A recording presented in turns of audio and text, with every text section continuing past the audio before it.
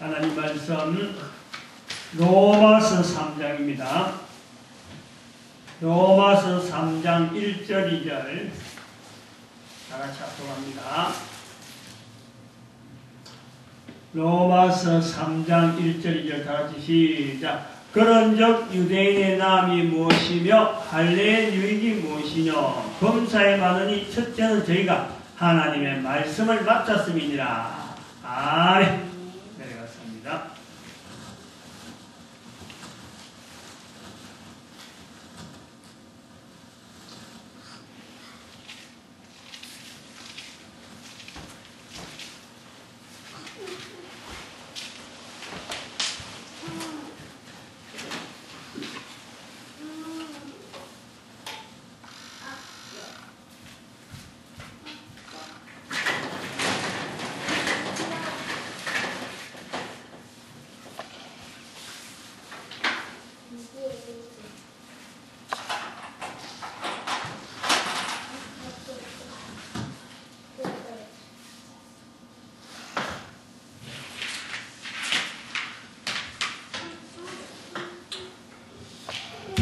로마서 분석이라 했습니다. 로마서 분석. 오늘이 8번째인가 아마 그래야 될 것 같은데, 로마서 분석. 그동안에 해온 로마서 분석을 정하기를 챕터별로 노트를 해서 이렇게 붙여놨습니다. 로마서 분석, 개론. 로마서 분석은 이런 세 구도로 하겠다. 그래서 그리스도 복음의 로마서의 접근으로서 로마서 분석을 보겠다. 그리스도 복음의 로마서의 접근의 내용, 사도 바울이 보는 복음 전파의 구도, 사도 바울의 진리 개념이에요. 그리고 강의는 안 했는데 진리에 대한 요한복음에서의 어떤 진리의 내용, 이렇게 구도가 조금 다르는 그런 형태를 한번 표시를 해놔봤습니다.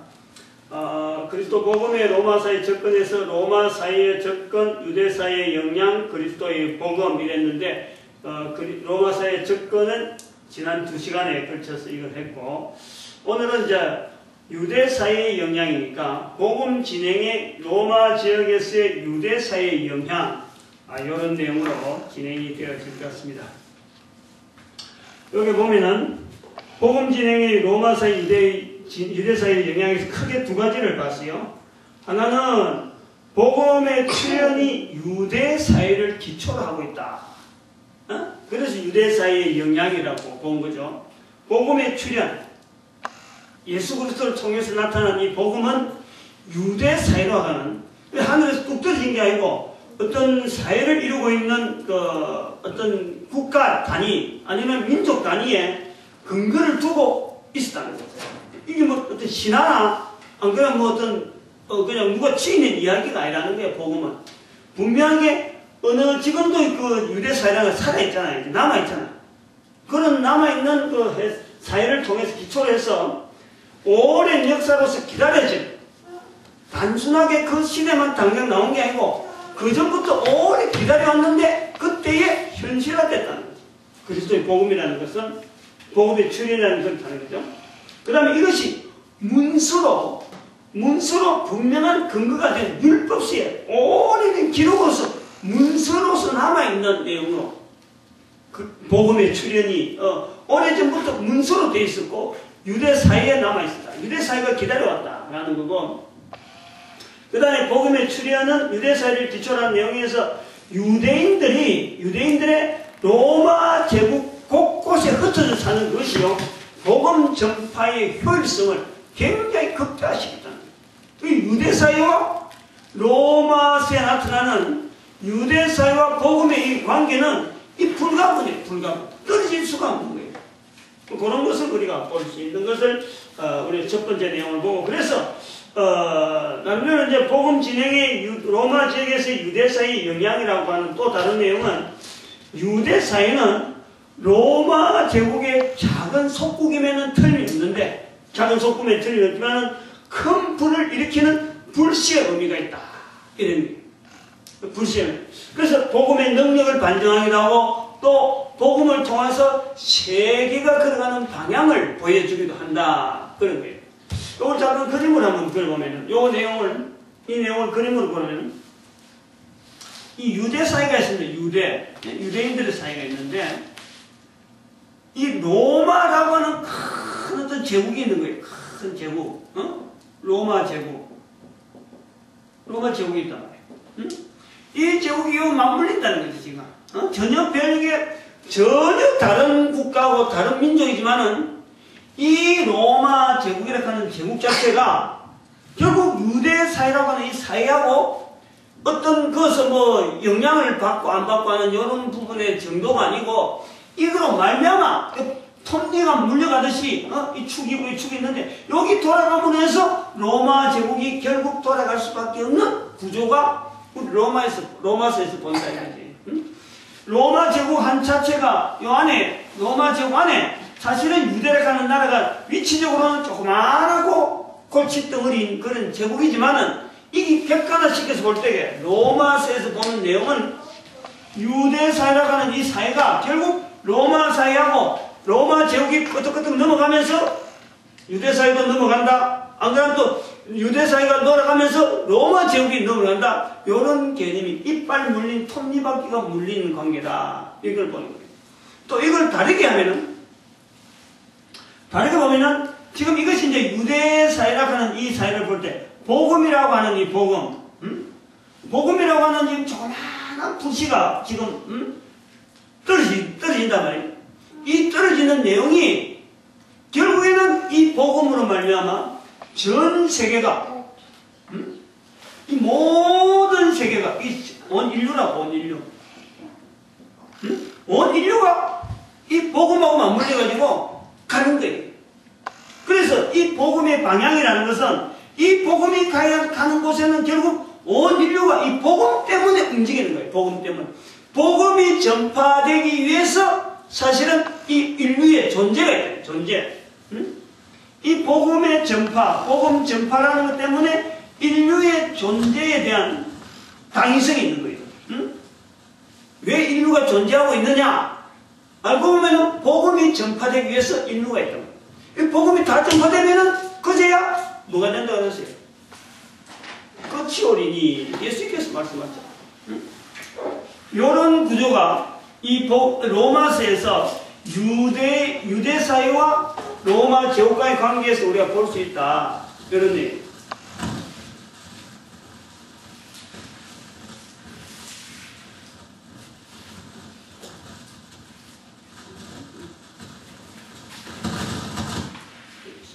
여기 쏘나? 소리 왜?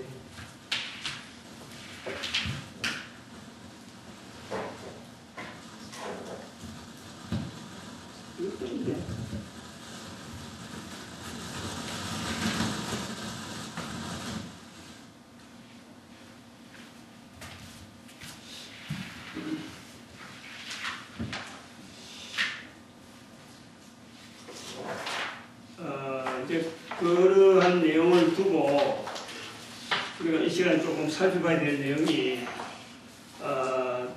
이 로마서에서 우리가 유대사의 비중을 우리가 한번 보는 거죠. 로마 사회에서의 그 유대사의 비중, 이 비중을 한번 좀 이런 내용을 좀 설명하면서 보충 설명하면서 한번 보려고 하는 거예요. 자주 이야기합니다. 지금 이거는 자꾸 들으면서 자꾸 익혀놔야 되는 거예요. 여기 이제 여기 AD 1년이란 말이에요. AD 1년. 예수님 오신 1년이란 말이에요. 1년을 기준해서 100년 단위. 여기 이제 BC가 되겠죠. 여기는 BC. BC가 되면 여기 100년에 한 번 정도 100년 여기 또 그러면 100년 여기 가서 여기가 한 700년. 그리고 여기가 800년. 요 사이에 BC 700년부터 800년 사이, 요 사이에서부터 이제는 그 로마 제국이 시작되는 거예요. 로마 제국이란 말이에요. 그리고 이것이 계속 가서 1453년, 1453년에 로마 제국의 멸망이라. 여기에서 요 공간이 2300년 가까이, 2300년. 로마 제국에 그리고 지금 현재 우리가 2012년에 있잖아요. 2012년. 얼마 안 됐어요, 여기. 한 500년, 600년 정도밖에 없어요. 또 간격이. 응? 그걸밖에 없다. 근데 유대인들의 그 북이스라엘의 멸망이 언제냐면요. 722년입니다. 722년. 722년이고. 그 다음에 남왕국의 멸망이 586년이 거예요. 586년. 500 정확하게 그건 내가 확실한데 586년인가 그랬는데 여기 BC란 말이에요. 그러면 자세히 생각해요. 유대의 남왕국이 바벨론에 멸망할 때가 586년에 가고 북왕국이 아수르에게 멸망당할 때가 722년이 요때라. 근데 벌써 로마 제국은 벌써 깔려 있는 거예요. 로마 제국이 이제 시작이죠. 이제. 아직까지 그때는 이탈리아 전체를 점령하거나 이러지 않고 조그마한 어떤 소도시 국가로서 발전했겠죠. 그러다가 이게 점차점차해서 로마 제국가 되면서 예수님이 오시는 요때가 지난번에 말했지만 항상 요건 단어야 돼. 팍스 로마나. 로마의 가장 전성기 시대. 로마의 가장 전성기 시대 때 폭발에 예수님께서 오셨다는 거지, 이거. 근데 유대인들은 여기 멸망이라는 것은 뭘 말합니까? 멸망이라면 흩어지는 거예요. 흩어지는 거. 자꾸 흩어지는 거예요. 그 722년에도 아수르라에서 흩어지는 거예요. 자꾸. 이스라엘 땅에서 안 있고 막 흩어진단 말이에요. 이곳 저곳 흩어진다는 거지. 멸망이 됐으니까. 그 다음에 586년이 되니까 또 흩어지는 거예요. 다시 말하면 로마 제국 안에서 흩어진 거예요. 흩어진 거예요. 각 나라마다 각 지역에서 흩어졌단 말이에요. 흩어진 이 내용이 지금 여기 지금 사도 바울이 기록하고 있는 지금 한 반 정도, 70년도 안 되고 100년에서 한 반 정도 돼서 여기서 볼 때 이 로마 제국에 흩어진 유대인들이 그 자세가 오늘 요 본문에 나오는 지금 로마서에서 쓰는 로마 3장 1절에 유대인의 남이 무엇이뇨 하는 이 부분을 지금 쓰면서 기록하면서 지금 우리가 보는 유대인들의 사고방식을 우리가 좀 봐야 돼요. 유대인들의 사고방식. 흩어진 이 유대인들이 여기서 이제 우리 보는 거죠. 유대 사이의 어떤 특징을 보면은 흩어져 있고 또 로마 제국에 의해서 완전히 어떤 그 압제를 받고 통제를 받고 있는 나라임에도 불구하고 이 유대 사이는 뭐가 있어요? 역사가 있다니까. 역사가. 이 나라에 역사가 있다니까. 또 이 나라에 문화가 있어요. 문화가 있어요. 그리고 이 문화 중에서 특별한 문화는 이게 결집력이 대단합니다. 결집력. 그 다음에는 다른 어느 나라나 어느 민족에게 없는 유일하게 유대인들에게 있는 내용이 하나 있는데 이게 비전입니다. 비전 있는 국가, 비전 있는 민족이라. 어떤 민족이냐면 어떤 비전이냐. 지금 여기 우주 만물을 로마 제국이든 간에 아수르 간에 바벨론에 간에 로마 유대인들이 볼 때는 그렇단 말이에요. 우주 만물을 만드신 하나님께서 기다린다. 하나님이 자기 나라를 위해서 오시는 것을 기다린다. 메시아를 기다린다. 메시아를 기다린다는 거예요. 이걸 우리가 좀 염두에 둬야 돼요. 유대사회라고 하는 유대사회는 로마 제국 아니지만은 로마 제국 아니라도 어디라도 던져놔도 이거를 버리지 않는다. 이거는 한 개인이 다 이걸 심고 있는 아주 독특한 민족이라는 거예요. 이래가지고 지금 여기에 흩어져서 지금까지 오는 거예요. 지금. 그러면서 이 구조를 가지고 있으면서 비전을 가지고 있으면서 뭐가 있느냐면은 이 유대인들의 속에는 머릿속에는 유대인들이 가지고 있는 그 구조 머릿속에는 이스라엘이라는 나라가 있으면은 이스라엘 나라를 하나님께서 여기 하나님의 통치 그 다음에 요 근거는 이스라엘 백성을 생각해서는 이 성경을 근거로 해서 그냥 얼토당토한 게 아니라 이건 구약이죠. 구약. 이 당시에 말이죠. 구약 성경을 근거로 해서 하나님께서 이스라엘을 높이는데 여기 있는 다른 민족들 이 모든 민족들 위에 여기는 뭐 헬라도 들어가고 그 다음에 로마 제국 아니지만은 이 사람들의 생각은 그렇다는 거예요.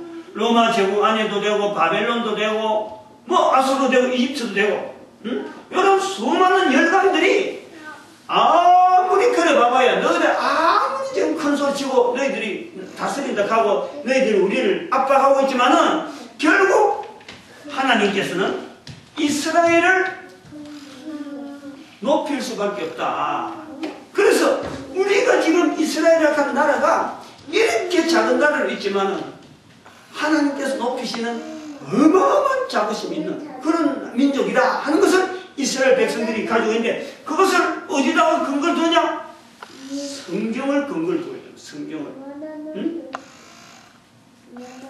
그래서 이 민족은 다른 나라 사회하고 이렇게 융화가 안 됩니다. 워낙에 자기들이 개인의 한 사람의 사고방식이 이런 식으로 어떤 민족을 갖다 대놔도 융화가 안 되고 그 나라보다도 항상 위에 있는 거예요. 항상 생각을 위에 하고 있는 거예요. 너희들이 아무리 그래도 너희들이 나를 뭐 세금을 낸다, 로마에 세금을 낸다, 또 바벨론에 가서 포로로 잡혀갔다, 어떤 여러 가지 환경에 들어갔더라도 요 구도가 이스라엘 백성들에게 아주 돼 있다. 여기 이런 흩어진 이 이스라엘 백성들이 계속 있더라도, 계속 넘어가더라도, 메시아에 기다리는 사상에 대해서는요, 이걸 빼낼 수가 없는 거예요. 그리고 다른 모든 나라를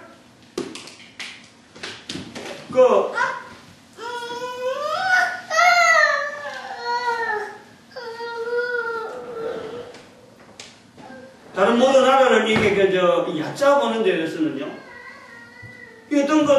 다른 어떤 것 대응할 수 있고 다르게 대체할 만한 어떤 내용이 없는 거예요. 이 민족 앞에. 그리고서 이 사람들이, 이 이스라엘 백성들이 가지고 있는 이 성경이라고 하는 구약 성경, 이거를 근거해서 이 백성들이 기다린다 하는 것에 대해서 이 사도 바울이 로마서에서 이 내용을 바꾸는 거예요. 이 사도 바울도 유대인이잖아요. 유대인. 즉 여기서 우리가 로마서에서 봐야 될 중요한 거 하나는, 찾아내야 될 거 하나는요, 오늘 내가 다 못해서 다음 시간까지 하려고 지금 하고 있는데 이 부분을 꼭 우리 살펴야 돼요. 지금 유대인들의 그 구조, 사도 바울 자체도 유대인인데 유대인들이 바라보는 그 이스라엘이라고 하는 이 구도, 모든 족속을 발 아래 두고 있던 그 이스라엘이라고 하는 그 민족의 그 사고방식, 그 구조 자체가 사도 바울로 해서 바뀌어진다. 그렇다고 유대인들을 다 바꾸려고 하는 거 아니고 사도 바울이 복음서에서 그걸 바꾸고 있는 거예요. 복음서란다. 로마서에서 그거 바꾸신 모습을 우리에게 보여주는 거예요. 근데 그것이 오늘날 우리 시대에 굉장히 중요한 포인트가 되는 거죠. 오늘은 그것까지는 안 하고 이 바꾸신 내용까지만 설명할 거란 말이에요. 이게 이제 사도 바울이 로마서에서 이 내용을 표현하고 있는 거예요. 유대인의 남이 무엇이뇨? 이 유대인이라고 하는 이 근거를 로마서에서 이걸 언급을 한다는 거지. 언급. 로마 사회라고 하는 이 사회에 대해서 복음서를 기록하면서 유대인들의 위치, 유대 사회의 위치, 이것을 로마서에서 언급을 하고 있는데, 이걸 언급하기 전에는 사실은 사고방식은 사도 바울의 사고방식도 옛날에는 예수님 없을 때는 이거 똑같았지 뭐. 복음이 없었을 때는, 자신에게 복음이 없을 때는, 또 자신에게 복음이 있다 하더라도 복음을 전한 자가 입장이 안 되볼 때는 인형이 그대로 있었죠. 근데 이것이 이제는 로마서에서 바꿔집니다.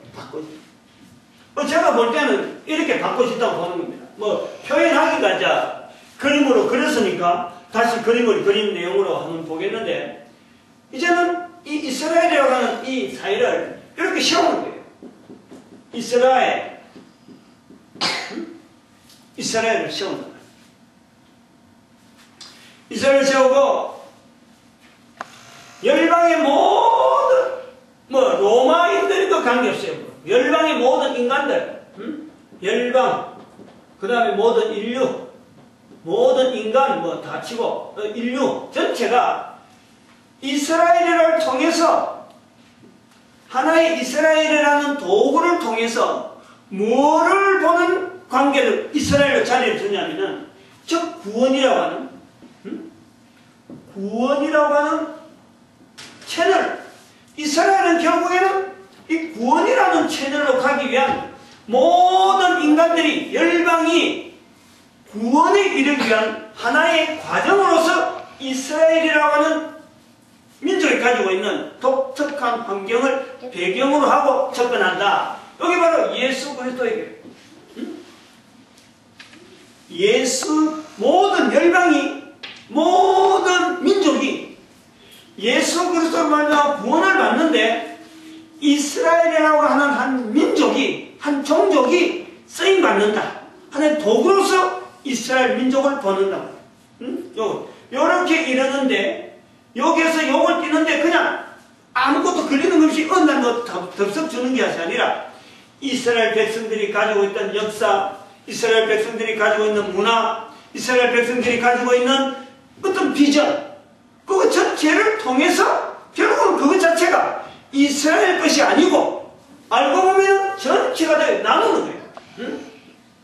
이렇게 열방과 더불어서 이스라엘 백성들의 역사와 문화를 그걸 그대로 똑같이 해라는 건 아니고, 다시 이스라엘 역사 속에서 역사를 바꾸라 그런 건 아니고, 이스라엘 역사를 보면서 하나님께서 그 속에서 온 민족을 어떻게 구원하기로 작정해 놓으시고 인도하셨는지를 각 나라 각 민족마다 이스라엘 역사를 통해서 그 시대에 있었던 자기 나라 민족이나 자기 다른 나라 어떤 사람들이 같은 이스라엘 민족의 역사 속에서 동시대에 하나님께서 이 이스라엘 민족이 이렇게 할 때 우리는 뭘 하고 있었으며, 그렇게 또 이스라엘 민족이 역사하실 적에 하나님은 우리 민족에는 어떻게 역사하시는지, 이렇게 이스라엘 역사와 더불어서 구원하시는 하나님의 섭리의 역사를 같이 대비해보고 비교해보고 대치해보고 동일하게 시켜보고, 그래서 그 역사가 내 역사가 이스라엘 역사나 결국에는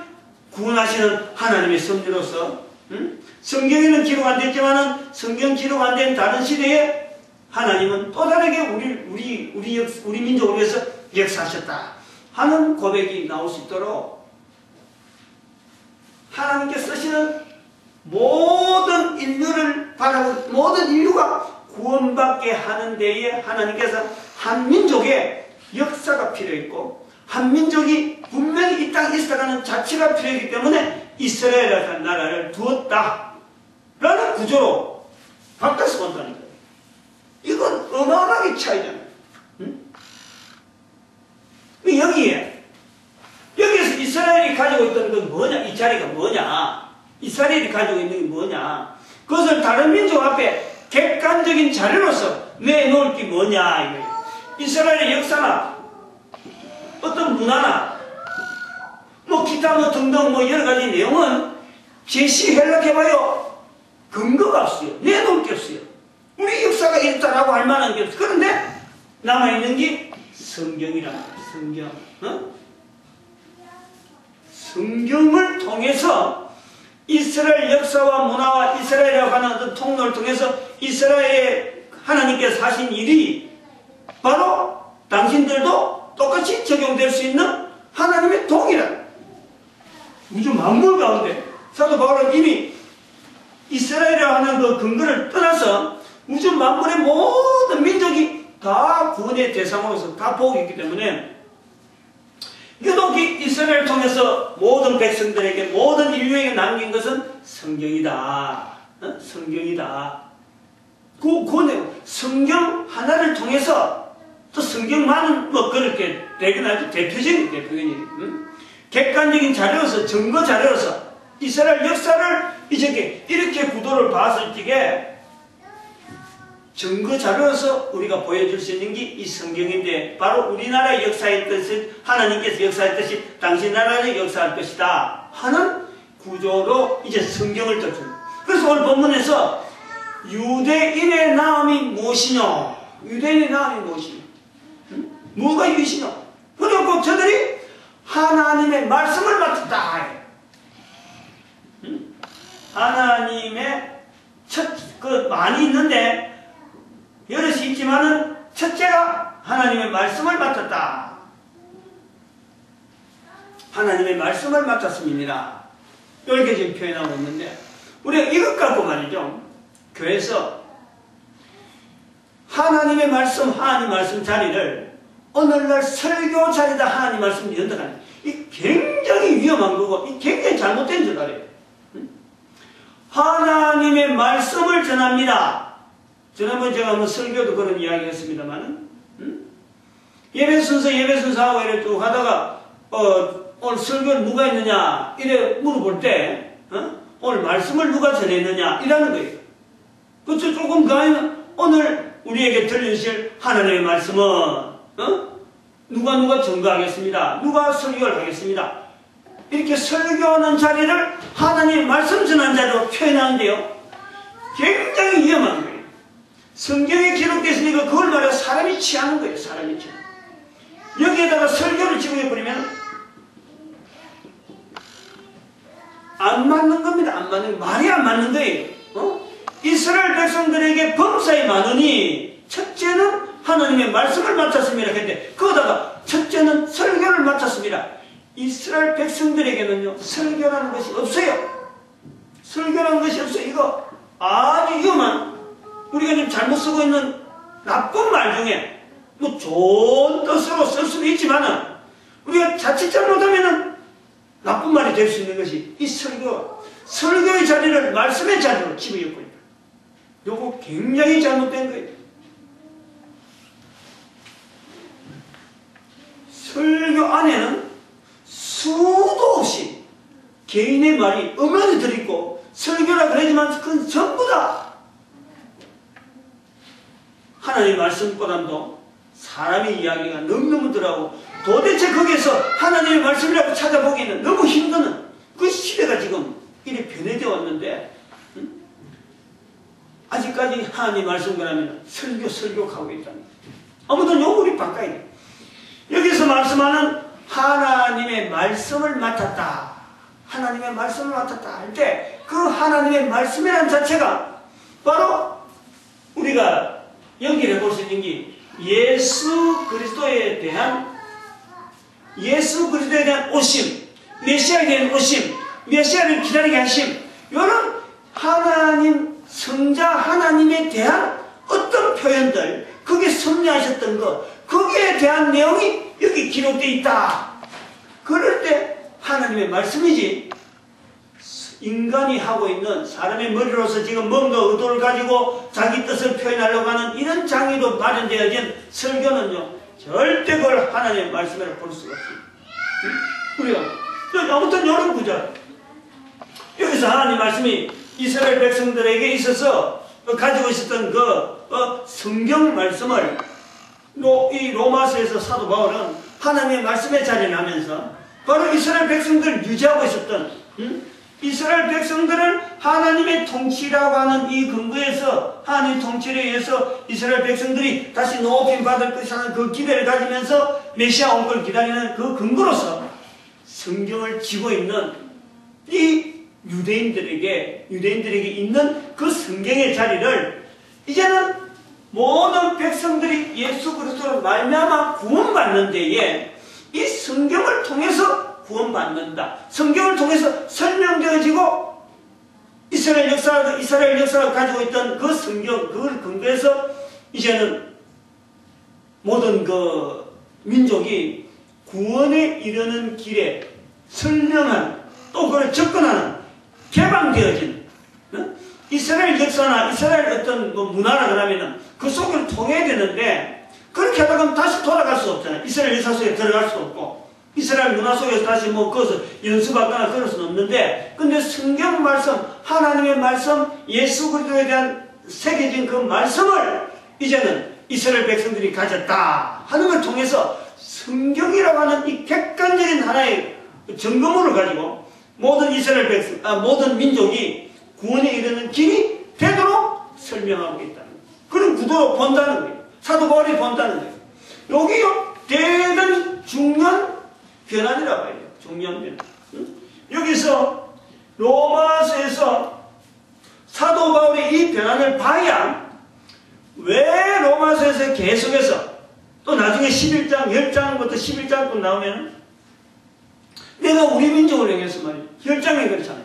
응? 내가 하나님 앞에서 하나의 의문이 하나 있다. 이건 내가 거짓말 할 수 없다. 내 민족을 위해서 내가 하나님 앞에 끊어지더라도 내가 이루고 원한다. 이렇게 10장에서 그러고 11장에서는 그러면 하나님께서 그의 택하신 백성을 버리셨느냐 이렇게 물어보는 거예요. 그럴 수 없다. 아주 단호하게 이 유대사회와 복음이 전해지는 과정에서 하나님의 말씀을 품고 있었던 이 이스라엘 민족이 하나님의 택하심에서 끊어지느냐? 그게 절대 그럴 수 없다. 요 맞전이 맞고 하나님 말씀을 맡았다 하는 그 사역 자체만 하더라도 이스라엘 백성들이 하나님 앞에서 얼마나 어떤 중요한 자리 그리고 그것이 만약에 말이요 끊어진다든지 맡았기 때문에 끊어진다든지 이렇게 되어지는 논리를 하면요 이스라엘 백성들 이스라엘 백성들이 없어지더라도 바로 이렇게 구원이 연결되어지는 다시 말하면 성경 자체가 아무리 성경 갖고 애를 쓰고 이 민족 자체가 살아남으려고 부딪히고 있던 그 성경 자체를 근거로 해서 살아남으려 했던 이 이스라엘 자체가 끊어진다 그러면 성경 자체의 근거가 없어지는 거예요. 구조를 그렇게 봐야 돼요. 왜 로마서에서 이스라엘 백성들에 대해서 사도 바울이 그렇게 예를 쓰고 그렇게 자리를 찾으려고 예를 많이 썼느냐? 사실은 이스라엘 백성이라고 하는 이 백성들이 오늘날 사람마다 안티 유대인들이 있잖아요. 안티 유대인들. 또 안티 예수가 있단 말이에요. 예수가. 이거 다음 시간에 제가 이야기를 할 텐데 이 이스라엘 역사가 뭐 필요하냐? 자기 나라 역사도 모르면서 왜 교회 다닌다는 사람들은 왜 이스라엘 역사를 자꾸 이야기하느냐? 사실은 이스라엘 역사라는 그 자체도 또 개념이 너무 좀 폭넓게 막 지적을 해서 그렇지 사실은 그것이 이스라엘 역사를 우리는 보려는 게 아니잖아요. 그 이스라엘 역사 속에서 만인의 모든 인간을 만드신 하나님의 역사를 계속 기록한 것이 지금 그 하나님께서 이렇게 하셨다라고 기록된 책이 성경 말고 어디 있느냐 말이야. 다른 나라에도 다른 민족도 그렇게 기록할 수 있는데 하나님께서 분명히 섭리하셨을 거야. 그런데 하나님의 이름으로 그것을 기록하지 않고 뭐 자기 마음대로 자기 뜻대로 성경을 자기 나라의 역사를 자기 마음대로 바꾼 거 아니야. 우리나라만 해도 삼국사기나 삼국유사와 같은 이런 건 개인적인 취향을 가지고 자기 마음대로 바꾸는 거지. 그 후대 사람은 혼란스러운 거예요. 일본 사람 같은 경우 우리나라 통치하면서 우리나라 역사를 얼마나 왜곡했어요. 지금 중국이 지금 그래 하고 있다는 거예요. 응? 지금도 그 우리 밤에 같이 우리 똑같이 살고 있는데 일본 같은 경우 우리나라 서민들도 불구하고 자기네 서민하고 독도 같은 경우 지금 역사를 그렇게 기록하고 있는 거예요. 응? 우리나라 침략한 그 사건을 우리나라 일제탄압시대를 아주 자기 나라 좋도록 역사를 바꾸는 거예요. 그 역사를 이렇게 바꾸고 있는데 이스라엘의 역사가 기록되어 있는 부분적이지 부분 아주 부분적인 거기는 중심이 하나님께서 이스라엘 민족을 어떻게 인도하셨다라는 표현으로서 성경이 남아있는 거죠. 전 세계의 자기 나라 역사를 하나님 이름으로 남겨진 역사가 어디 있냐. 바로 그런 역사가 있다면 그것도 오늘날 우리도 얼마든지 하나님께서 온 인류를 구원하는데 이 한 민족을 또 하나의 민족을 써서 이런 일이 했었구나. 우리는 분명히 참고할 수 있어요. 그런데 그런 책이 없는 거예요. 그런데 유독이 이스라엘이 그걸 잡고 있으니까 우리가 그를 통해서나마 아주 작지만은 하나님이 하신 한 민족을 하나님은 어떻게 섭리하셨는가 하는 것을 읽어보면서 우리 민족에게 또 다른 사람들에게 적용시키려고 참고하는 것이지 그 이스라엘 역사를 보려는 게 아니다. 그걸 우리 알아야 됩니다. 그렇게 우리가 이야기를 해야 돼. 사고방식을 바꿔야 된다.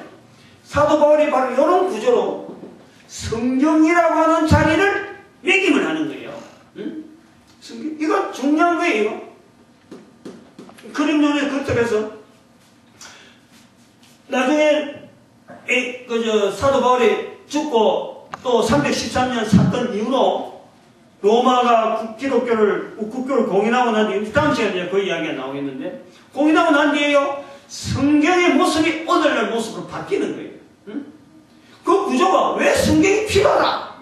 성경이 이때 사도 바울이 있을 때는요 성경을 통해서 구원에 이르는 이런 도리를요 이런 포괄적으로 설명을 안 해놨어요. 나중에 사도 바울이 이런 표현을 해서 근거를 해서 우리가 자극을 받아가지고 나중에 313년 지나서 323년인가 그 뒤에 또 니케아 회의 다음에 353년 다음에 그 니케아 회의인가 그래가지고 가다가요 칼케톤 회의인가 그거 갔어요. 니케아 회의인가 칼케톤 회의 그거 갔어요. 성경이 정리가 되는 거예요. 400년이 되기 전에 바로 앞전에 397년인가 이래 되고 그때서 성경이 공인이 됩니다. 그때 신약 구약 같은 성경을 하나로 딱 묶어서 66권 그때서 비로소 성경으로 공인되는 거예요. 사도 바울 때는 성경이 구약만 있었다. 구약. 그때는 불구하고 사도 바울이 성경에 있는 유대인들이 이렇게 집착하고 있는 그 성경의 자리를 구원 얻는 자리로 하나의 통과되는 자리를 우리에게 보여주는 것이 로마서에서 나타나는 유대사회를 자꾸 들미면서 로마사의 복음을 전하는 사도 바울이 가지고 있는 그 중심이라고. 그 제가 지금 여기 강조를 하는 거예요. 그런 식으로 해서 로마서를 딱 띄어서 유대사회가 복음을 전하는데 어떤 위치에 있었느냐? 위치가 나오잖아요. 유대사회. 그 지난번에는 로마사회가 어떻게 했느냐 할 때에 로마사회가 아무리 정치, 법 이래 나가도 최고락하고 뭐 팍스로만하고 막 주장하고 나가도 허점이 있다. 허점. 그 허점이 뭐냐니까 결국에 인간들에게 필요한 예수 그리스도가 필요한 자리가 있고 그 다음에 유대사회를 볼 때에는 유대사회는 이 복음을 전하는 데는 성경이라고 하는 성경이라고 하는 분명한 하나의 유대사회가 가지고 있는 그 자리를 모든 사람들이 공유할 수 있는 대로 이제는 이전시키는 그 모습이 있다. 근데 요 내용이요. 이제 오늘은 요까지 합니다. 요 구조에서 요 구조로 넘어가는 게요. 다음 시간에는 지금도 적용되어지는 엄청난 사건이라. 이제 그거는 요 내용을 1시간 더 해야 되겠죠. 1시간 더. 오늘은 여기까지입니다. 로마서 분석에서 로마서의 접근은 지난 시간에 했고 유대사의 영향 오늘 지금 하고 있는데 이 내용을 설명하면서 유대사의 어떤 흩어진 유대인들을 하나님께서 어떻게 사용하는가 허발적으로 사용하면서 흩어져 있지만은 저들 아이가 뭉치는 그 하나의 계기가 바로 성경이라고 하는 이스라엘 백성들의 자존감을 세워주는 그 성경이 사도 바울을 통해서 모든 인류가 구원받는 데에 이 성경이라는 기능이 필요하다. 성경 말씀이라고 하는 이 자리가 모든 인류가 구원받는 데 필요하다 하는 것을 로마서에서요. 보이지 않지만 역설적으로 드러내고 있는 부분이다. 그걸 제가 그림으로 나타냈던 거죠. 간단하게 알기 쉽게 그림으로 그려놨습니다. 그리고 여기서 우리가 하나 봐야 될 게 뭐냐니까 안티 부분을 해야 되는데 이건 다음 시간에 요 밑에까지 내가 좀 할게요. 사실 그 유대인들의 공격이라는 거죠. 여기 유대인들의 공격이 있잖아요. 다른 민족이 유대인들 공격하잖아요. 안티 유대인, 유대인하고, 그러니까 너희만, 이스라엘 너희만 잘났느냐, 뭐, 그래서 막 공개하고 그러죠. 근데 요대로 가면은, 바로 안티 유대인들이 안티를 하던 것이 바로 요게 성경을 통해서 들어가면은, 이 자리에 들어오면, 안티를 하던 사람이 결국에는 내가 이제는 구원의 자리로서 그리스도로 인해서 동일되어지는 여기서는, 여기는 안티로서 남아있지만은, 여기서 안티로 그대로 남아있다가도 성경을 통해서 내가 구원의 자리에 들어가 보면은, 바로 내가 이스라엘이고, 내가 바로 예수 그리스도와 연결되어지는 그 과정이 바로 하나의 이 전환이 되어지는 부분도 이것과 설명을 할 수 있는 거예요. 오늘 여기까지 합니다.